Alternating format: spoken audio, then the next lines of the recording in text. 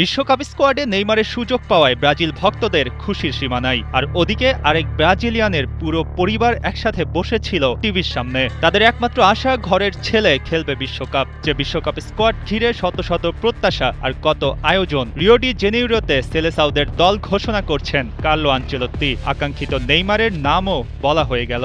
শেষ পর্যন্ত প্রতিটা নাম শুনল তার পরিবার, কিন্তু জোয়াও পেদ্রো এই নামটা আর ঘোষণা হয়নি।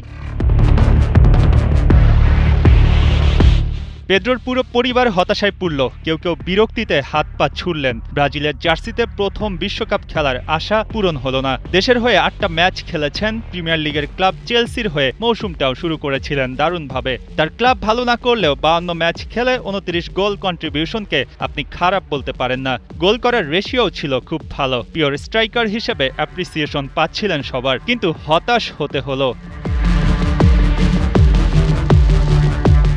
বয়সটা 24 চলছে পেদ্রোর। 4 বছর পর আরেকটা বিশ্বকাপ, তখন বয়সটা 28 ছুঁয়ে ফেলবে। তবে তার চেয়ে কম বয়সের কত ফুটবলার খেলবেন এই বিশ্বমঞ্চে? পেদ্রো কি থাকতে পারতেন না এই দলে? প্রশ্নটা হয়তো থেকেই যাচ্ছে। স্কোয়াড ঘোষণার পর একটা বিবৃতি দিয়েছেন এই সাম্বা বয়।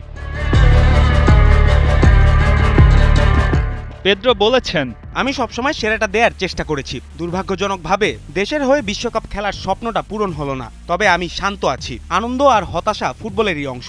আমি দলের সবার জন্য শুভকামনা রাখছি। ব্রাজিলের 6 নম্বর টাইটেলের জন্য কেবল আরেকজন ফ্যান হিসাবে চিয়ার করে যাব।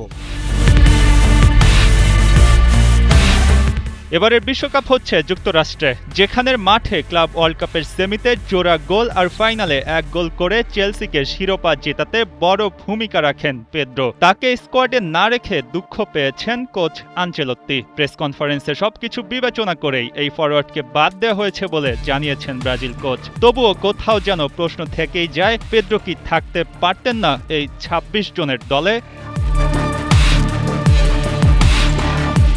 মঈন হাসান, ৭১।